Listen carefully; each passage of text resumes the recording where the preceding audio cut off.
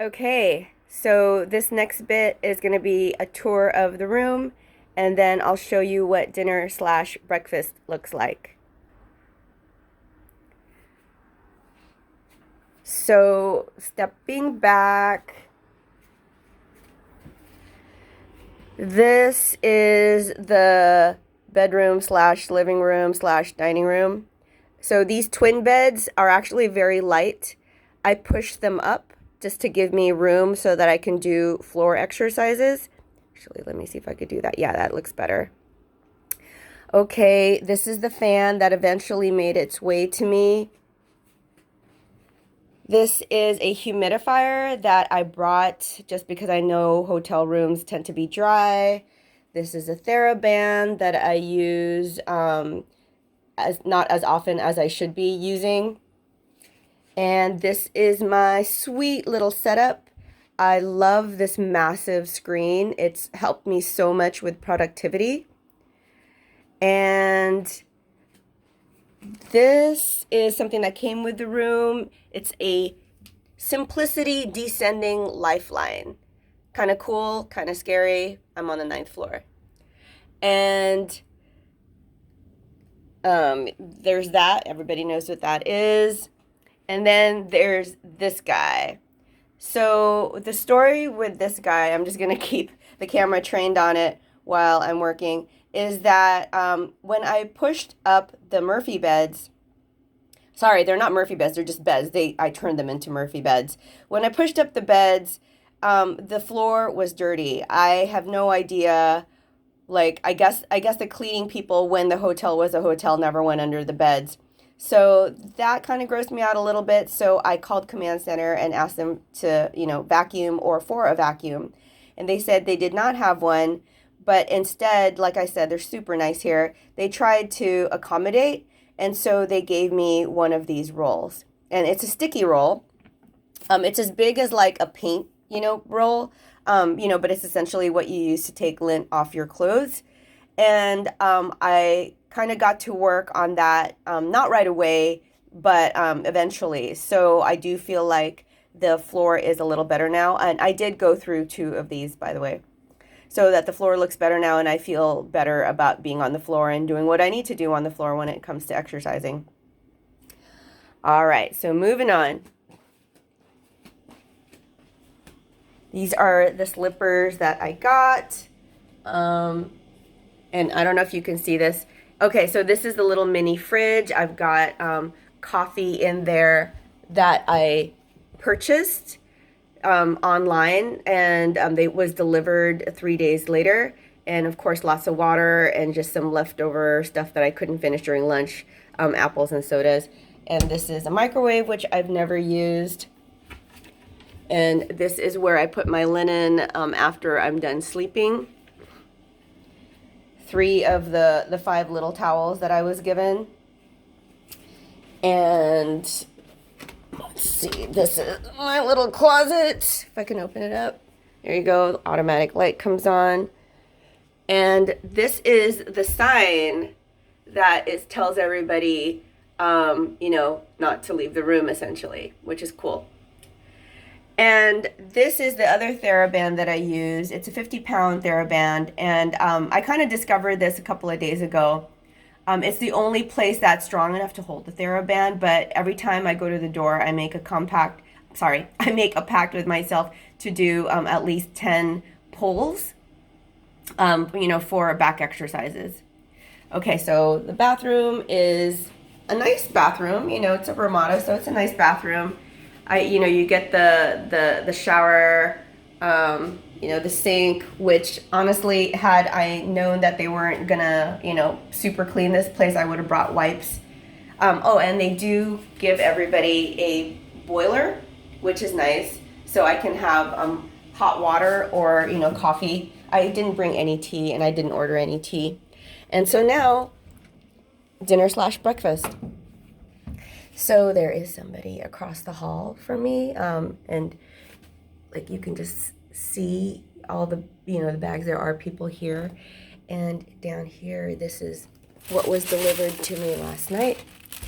But the hallway is actually cooler, so and the food is pickled, so it's not like it's going to go bad. I know some people are probably freaking out about that, but I have a tough stomach. So let's see what's in here. And again, it's like 10 a.m. Here, I'm going to pause this while I unopen this bag. All right, so utensils, rice, 2 bottles of water, and looks good. It's,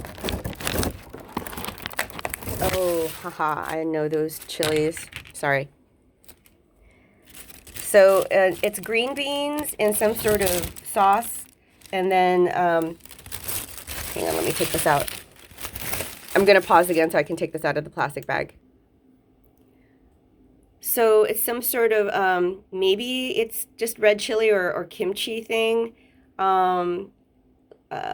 It looks like perilla seeds or spinach. These chilies are hot. I've had them before. We're already cycling through the food, and it would be delicious if I could tolerate heat, but I can't. And then some sort of kimchied veg. I have no idea what it is. So very, very, very healthy food.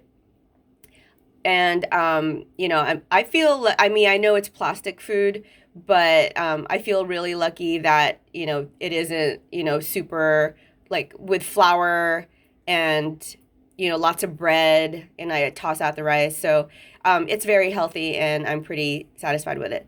So that's it pretty much for what my life has been like here.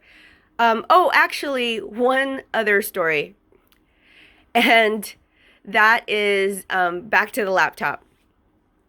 So I was, like, I think it was one evening, you know, on the first day, when I looked at the laptop as I was typing away on it, and then I noticed the power indicator, that it was low.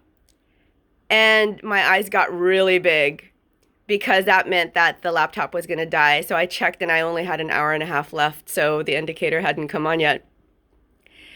But everything was plugged in, so I was like, what the heck is going on?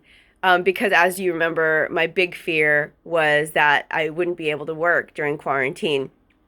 And this is another thing. Well, okay, sorry, I don't mean to stutter there, but I'm going to pause. Okay, sorry about that. The story is the laptop again was about to die. I was freaking out, and basically I checked the converter, I checked the cord, I was just plugging everything in, you know, trying to make sure that the connection was right. I kept checking the power indicator, and it was still low, so it wasn't working. And that essentially meant that I was dead in the water, because the next day was a work day. I had a project I had to finish. So luckily I had been working, and I got a lot of it done, but it wasn't complete. So now the next order of business was trying to figure this out.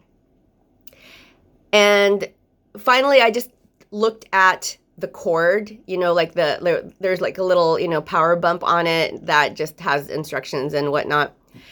And it actually said that the laptop could handle between, you know, I think like 110 and 240 volts. So the United States, we're on 110, and Korea is on 220. So I had not read that prior to leaving, obviously, which is why I had the whole last minute panic about buying converters. Because, you know, my great fear was plugging in the laptop and having it fry, right? And that would have been bad. So I was still scared of that, even though there was information in front of me saying that it would be fine, that when you plug it in, it would work. I was hesitant, because if I ended up frying the laptop, it's not that I would have been dead in the water just here, but it would have been a pain in the butt trying to get a replacement laptop in the States when I get back too.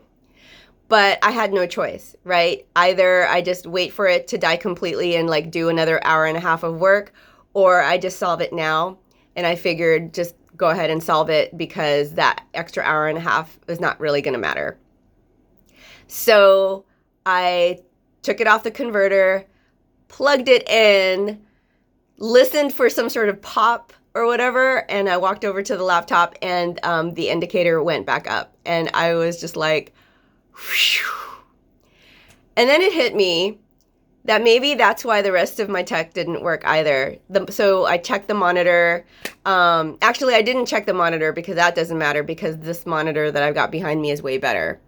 But I did check my humidifier, which was sputtering earlier. It was not working off of the converter. So I just plugged it in and, after checking first, and it worked. It works fine, obviously. My toothbrush, I also checked to see if that would work, and that plugs right in. So I felt really not, I don't know if dumb is, yeah, maybe I should have just checked all the power of the equipment first. Okay, so yeah, that was totally my bad. So all that freak out for essentially nothing, right? All that effort for essentially nothing. But it's now I know, right? And if anybody else is wondering, now you know as well. So basically a lot of the equipment was made in Asia in the first place. So, they probably had to modify it for the United States, but otherwise the same equipment would work anywhere in Asia, most likely. So that was it. That was a story that I wanted to tell. Like, I kind of pride myself on research, but again, when you don't know what you don't know, you're not going to look it up. So that's it. Good night, and I will talk to you guys later.